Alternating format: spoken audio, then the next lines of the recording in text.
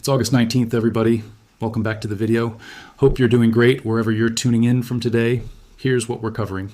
The B-2 Spirit stealth bomber, the 30,000-pound bunker buster it just used against one of Iran's deepest underground missile complexes, and the uncomfortable truth that even America's most powerful conventional weapon might not be enough to permanently close the book on Iran's missile arsenal. We're going to break down exactly what this weapon does, why this particular mountain has survived nearly 20 separate strikes already, and why the answer to that question matters more than almost anything else happening in this war right now.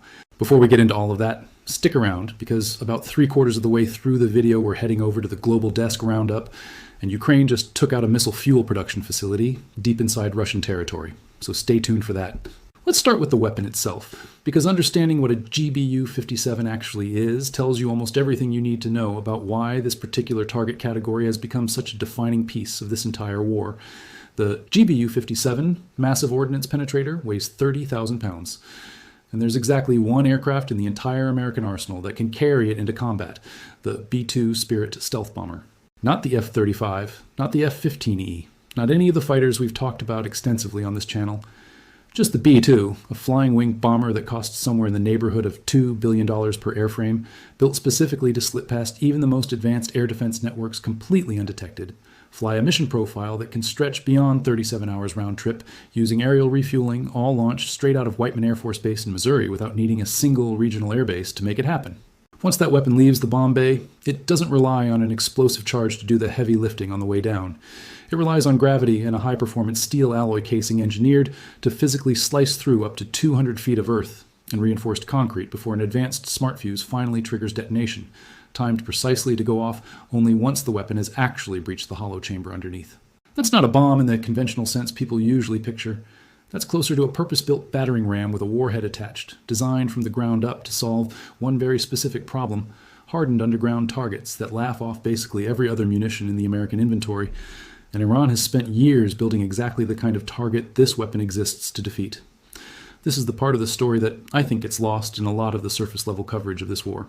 Iran didn't just dig some tunnels and call it a day.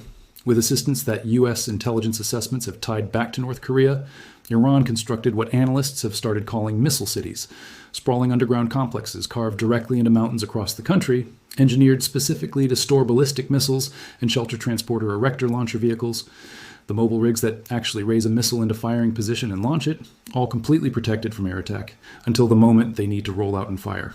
Satellite imagery and open-source research from groups like the Center for Strategic and International Studies has tracked storage and launch infrastructure tied to this network in locations including Khorramabad, Tabriz, and Kermanshah.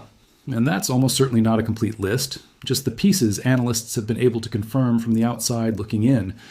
Think about the engineering philosophy behind a network like that for a second, because it tells you something important about how Iran approaches military planning after decades of watching its air defenses get overmatched by more advanced adversaries.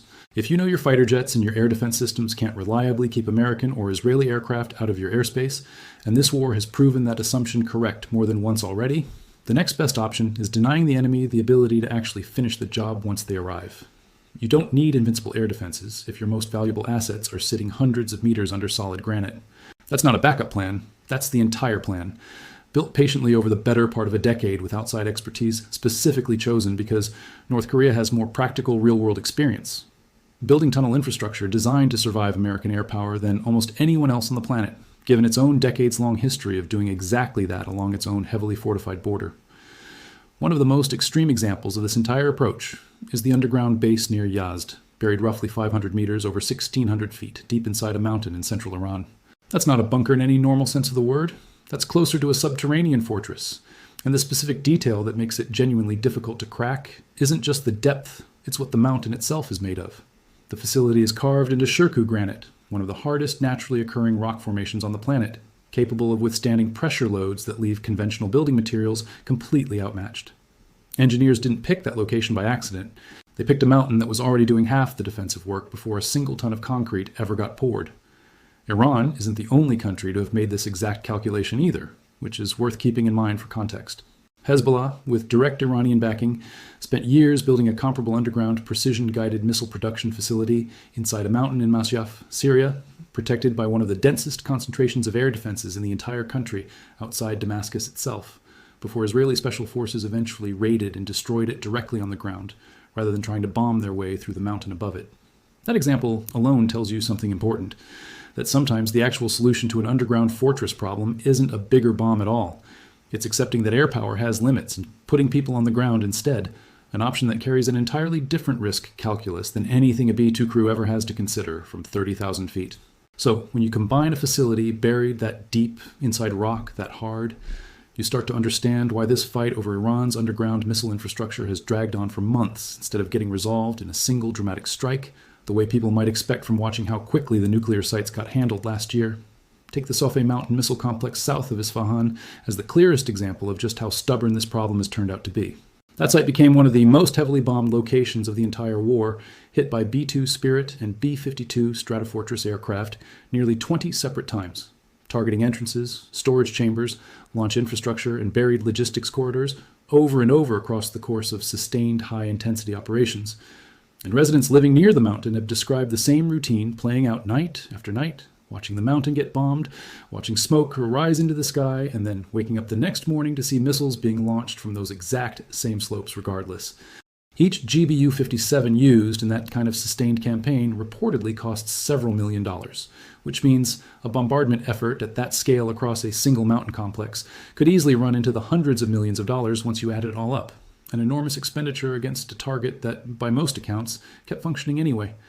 That's the uncomfortable part of this story that doesn't get talked about enough. CNN reviewed satellite imagery earlier this year, showing Iran actively clearing debris and reopening tunnel entrances at underground missile bases that had already been struck, with one image from mid-April showing at least 10 separate construction vehicles working to clear a collapsed tunnel entrance near Khomeini. Analysts examining that imagery raised a pointed concern that the continued threat posed by Iran's missile arsenal was being underestimated precisely because outside observers assumed heavily bombed sites were permanently finished, when in reality, Iran was treating tunnel collapse as a temporary construction problem rather than a strategic defeat. You bury the entrance, you bring in equipment, you dig it back out. It's slower than having an intact facility, sure, but it's a long way from the site being permanently taken off the board. There's a broader lesson buried in that construction footage too, one that applies well beyond just this specific war. Underground facilities have always presented militaries with an asymmetric problem because the cost of building a tunnel is a fraction of the cost of the precision munitions required to permanently defeat it, and the cost of reopening a partially collapsed tunnel with a handful of excavators is a fraction of the cost of dropping another multi-million-dollar penetrator to seal it back up again. Iran doesn't need to win that economic exchange outright. It just needs to keep it close enough that the United States eventually has to start rationing which sites are actually worth the expense of a repeat strike, which loops right back into the scarcity problem we're about to get into, with the Massive Ordnance Penetrator specifically. Now, with all of that context in place, let's talk about what actually just happened, because this latest strike represents a meaningful escalation in how the United States has been approaching this exact problem. Reporting on the operation indicates the U.S. military used one of its most advanced bunker buster bombs yet against Iran's underground missile infrastructure, raising the same question defense analysts have been circling for months. Can you actually achieve permanent structural defeat against a target this deep, this hardened, and this actively maintained? Or are you fundamentally buying time rather than solving the problem outright? What makes this particular strike stand out from the routine rhythm of the broader bombardment campaign is the specific target profile involved. A facility deep enough and hardened enough that it required the full weight of the Massive Ordnance Penetrator rather than the smaller 5,000-pound or 2,000-pound class penetrators that have handled plenty of the underground strikes throughout this war. It's worth walking through exactly how those smaller weapons fit into this picture too, because the choice between them isn't arbitrary, it's a deliberate calibration based on what intelligence analysts believe about each specific target. The GBU-57 Advanced 5K Penetrator, a 5,000-pound bunker buster developed specifically to replace an older weapon that had been in service since 1991, made its combat debut against hardened coastal missile sites earlier in this war, and Joint Chiefs Chairman Dan Kane confirmed at a Pentagon briefing that these weapons were specifically designed to punch through concrete and rock and still function after penetration, targeting underground storage facilities holding coastal defense cruise missiles along Iran's shoreline. That's a genuinely capable weapon, precision-guided, purpose-built for hardened targets, and considerably cheaper and more available than the Massive Ordnance Penetrator. But it has real limits on exactly how deep it can reliably punch before losing effectiveness, which is precisely why facilities buried at the scale of Yazd or reinforced repeatedly like Soffeh Mountain eventually require something with dramatically more mass and penetration capability behind it. And there's a genuinely fascinating wrinkle sitting underneath all of this that most casual observers of this conflict have completely missed. The United States doesn't actually have an unlimited supply of these weapons sitting in a warehouse somewhere. Reporting earlier this year revealed that America's stockpile of GBU-57s is limited enough that it's actively constraining the military's ability to hit every underground target it might want to hit. The tailkit guidance system that makes the weapon precision-guided is built by a single contractor, Boeing, which owns the intellectual property outright, creating what analysts have described as a vendor-lock situation where the government can't simply shop around to other manufacturers to speed up production or fix parts obsolescence issues when they come up. A contract worth more than $100 million was awarded to Boeing specifically to produce new tailkits and other components, but deliveries of replenishment weapons aren't expected to begin until 2028. Read that timeline again. Every single GBU-57 the United States uses against a target like this one is a bomb that can't be quickly and easily replaced. At least not for another 2 years, which means every decision to actually drop one of these weapons carries a strategic weight that goes well beyond just the target directly underneath it. Think about what that scarcity actually means for how this war gets fought going forward. If you're the Pentagon and you know your supply of the one weapon capable of defeating Iran's deepest, hardest targets is genuinely finite and won't meaningfully replenish for years, every single massive ordnance penetrator you drop has to be worth it. You're not going to waste one on a marginal target. You're going to save that specific capability for the sites that actually matter enough to justify spending down an inventory you can't quickly rebuild. Which tells you something important about whatever facility just got hit. If it warranted the use of one of America's scarcest, most expensive precision munitions instead of a cheaper alternative that's already been used dozens of times elsewhere in this campaign, that's a strong signal about how seriously U.S. intelligence assessed what was actually stored inside it. It's also worth understanding exactly how this specific shortage came about, because it's not simply a case of the Pentagon underestimating demand. The GBU-57's guidance tail kit relies on a component originally reverse-engineered from the ATACMS ballistic missile system just to meet urgent replenishment needs after the original midnight hammer strikes last year burned through a meaningful chunk of the existing inventory in a single night. That's the kind of improvised fix that keeps a program limping along in the short term, but it also underscores just how thin the margin has become. The broader defense industrial base issue at play here isn't unique to this one weapon either.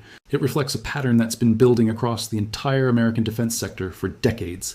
A steady contraction in the number of specialized manufacturers capable of producing genuinely exotic, low-volume, high-complexity munitions like this one, which leaves the military dependent on a single vendor with little competitive pressure to move faster, even when a war is actively burning through the existing stockpile in real time. There's precedent for this kind of stacked, escalating approach too, and it's worth walking through because it shows how deliberate this pattern of strikes has become. Back in March, satellite imagery analysts flagged a strike on a facility called Taligan 2, part of the broader Parchin military complex near Tehran, a site previously left untouched, even while other parts of the same complex were struck. When new damage suddenly appeared at Taligan 2, the impact points were broadly consistent with what analysts had already documented at Fordow and Natanz following the original midnight hammer strikes. 7 B-2s, 14 total MOPs, dropped across those two nuclear sites in a single night, a level of concentrated firepower that had never been used in a single conventional strike package before that operation. CENTCOM, when asked directly whether GBU-57s had been used on Taligan 2 specifically, declined to comment either way, which tells you this entire category of strike has become sensitive enough that the Pentagon has settled into a pattern of letting satellite imagery speak louder than official confirmation. That silence is itself a strategy worth noting. By neither confirming nor denying which specific munitions get used against which specific sites, the Pentagon keeps Iranian military planners guessing about exactly how much of their underground network American intelligence has actually mapped and prioritized, forcing them to treat every single facility as a potential future target, rather than allowing them to conclude any particular site has been quietly written off the list. Uncertainty, in this specific context, functions almost like a weapon in its own right, and it costs absolutely nothing to maintain compared to the multi-million-dollar price tag attached to every actual massive ordnance penetrator drop. That pattern matters here too, because whatever facility just took this latest hit almost certainly won't get a full, detailed CENTCOM press release breaking down exactly which munitions were used and why. What we get instead is the same thing analysts have been working with all along: satellite imagery, impact point analysis, and the broader pattern of how this campaign has unfolded, all pieced together after the fact to reconstruct what almost certainly happened in the dark 37 hours round trip from Missouri without a single word of advance notice to anyone watching from the ground. So here's the question that actually matters strategically, and it's the same one that's been hovering over this entire campaign since the very first strikes on Fordo and Natanz last year. Does a strike like this one permanently solve the problem, or does it just reset the clock the way Soffeh Mountain's continued operation suggests might be happening elsewhere? The honest answer is probably somewhere in between, and it depends enormously on exactly what got hit and how deep it actually went. If the weapon achieved genuine structural collapse of a storage chamber or a launch corridor deep inside the mountain, that's real. Lasting degradation that Iran can't simply bulldoze its way back into operation within a matter of weeks. If it primarily collapsed tunnel entrances and access points without reaching the core chambers themselves, you're looking at something closer to what CNN documented near Khomeini, a temporary setback that construction crews can begin clearing within days, buying the United States weeks or months of disruption rather than permanent denial. And that distinction is exactly why the type of weapon used matters so much here. A 5,000-pound or 2,000-pound class penetrator is genuinely effective against a lot of Iran's underground missile infrastructure, particularly facilities built with older construction standards or shallower burial depths. But against something built into Shirkuh granite at 500 meters, or a complex specifically reinforced after watching what happened to other sites earlier in the war, you need the full penetration depth only the Massive Ordnance Penetrator can deliver. Choosing to spend one of a genuinely scarce inventory of these weapons on this specific target is the clearest signal available that whoever made that call believed this site represented something closer to the Yazd-level threat category than the more routine underground storage sites that have already absorbed the bulk of this campaign's strikes. That kind of judgment call, deciding a single facility is worth spending down a 2-year irreplaceable inventory over, doesn't get made lightly by anyone in the targeting chain. And it almost certainly involved weeks, if not months, of accumulated intelligence before anyone signed off on actually flying the mission. There's also a psychological dimension to this that's easy to overlook if you only focus on the engineering side of the story. Every time the United States commits one of its scarcest, most powerful conventional weapons against a specific facility, it sends a message to every other underground site across Iran that nowhere is fundamentally safe from the weapon if the intelligence picture justifies using it. That's a very different signal than the routine, near-nightly bombardment using smaller penetrators, which Iran's own state media has increasingly framed as background noise its missile forces can simply shrug off and keep operating through. A massive ordnance penetrator strike doesn't get shrugged off in the same way, precisely because everyone watching, including Iranian military planners, deciding where to store their most valuable remaining assets, understands exactly how limited America's supply of that specific weapon actually is, and exactly how much confidence it takes for the United States to choose to spend one. Let's also talk about the aircraft that actually carries this fight forward, because the B-2's role here goes well beyond just being a delivery truck for a big bomb. Every single mission profile against a target, this hardened, requires the bomber to penetrate some of the most heavily defended airspace on the planet, undetected, deliver its payload with pinpoint accuracy from altitude, and then egress cleanly before anything on the ground even has a chance to react.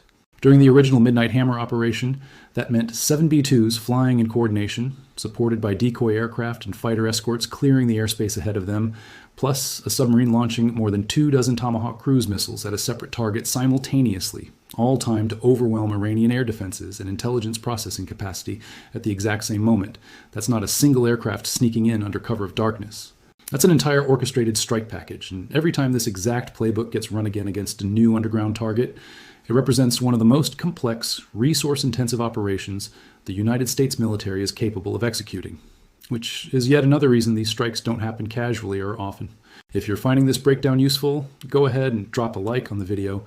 It genuinely helps push deeper analysis like this in front of more people, instead of just another quick headline clip. And if you've got thoughts on whether strikes like this one actually solve Iran's underground missile problem for good, or just buy time, drop them in the comments below, because based on everything we just walked through, I don't think there's an easy, clean answer either way. You made it to the Global Desk Roundup, my friend. Let's talk about what else is happening around the world right now. First stop, back over in Russia, where Ukraine continues finding new ways to reach deep behind enemy lines. Ukrainian forces struck a missile fuel production facility in Russia's Rostov region overnight, according to Ukraine's military, part of a broader pattern of long-range strikes that keeps expanding in both scope and frequency the longer this war drags on, without any real progress at the negotiating table. Think about what a missile fuel production facility actually represents in the middle of a war where both sides are burning through munitions at an unsustainable rate. That's not a symbolic target. That's a direct hit against the industrial base, keeping Russia's own long-range strike campaign against Ukraine supplied and functioning. With the front lines themselves largely stuck in a grinding stalemate and diplomatic talks essentially frozen, both countries have significantly ramped up these deep strikes on infrastructure far behind the actual fighting, treating industrial capacity itself as the real battlefield now that territorial gains have slowed to a crawl on the ground. There's an interesting parallel here worth drawing back to everything we just spent the whole video talking about, because Ukraine's approach to Russian missile fuel production and America's approach to Iran's underground missile network are both, at their core, the same basic strategic bet. If you can't reliably stop every individual missile from being launched, go after the infrastructure that produces the fuel, the propellant, or the components that keep the launches coming in the first place.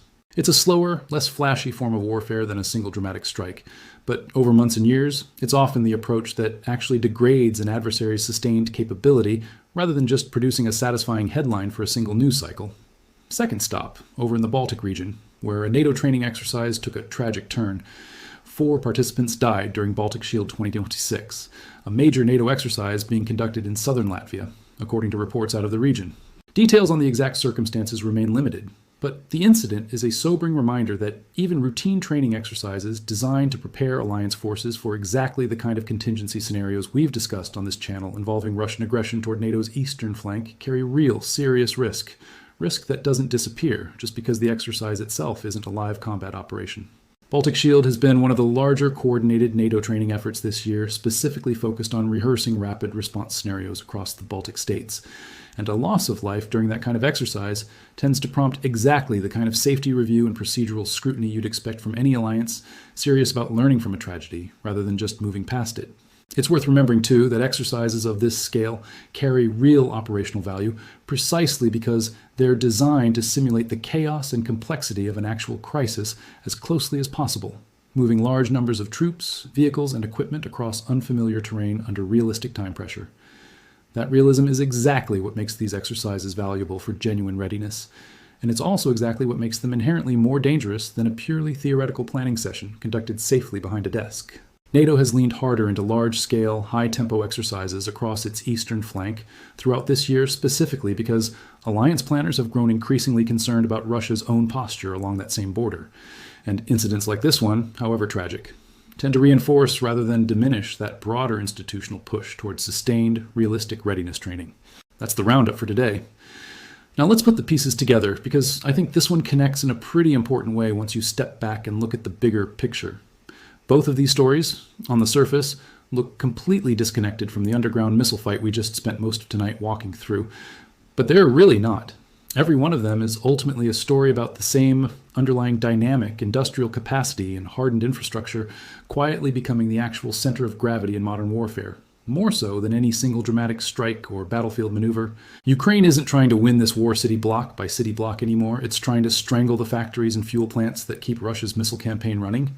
NATO isn't just posturing along its eastern flank. It's running the kind of large-scale, high-tempo readiness exercises that only make sense if alliance planners genuinely believe a much bigger confrontation with Russia is a real possibility worth preparing for seriously. And the United States isn't just trying to win a single news cycle against Iran. It's trying to permanently dismantle an underground industrial network that took years and outside expertise to build in the first place. You made it to the 4D chess strategic analysis section, my friend. Here's how I'd frame everything we just covered. This entire campaign against Iran's underground missile infrastructure has always been a test of a very specific question: whether American air power, even at its absolute technological ceiling, can permanently neutralize a threat that a determined adversary has spent years and billions of dollars specifically engineering to survive exactly that kind of attack. The honest, unflattering answer, based on everything we've documented tonight, is that it's genuinely a mixed picture. Sites like Soffeh Mountain demonstrate that repeated conventional strikes, even dozens of them, don't automatically translate into permanent denial when the underlying infrastructure is resilient enough and Iran remains committed enough to keep digging its way back into operation.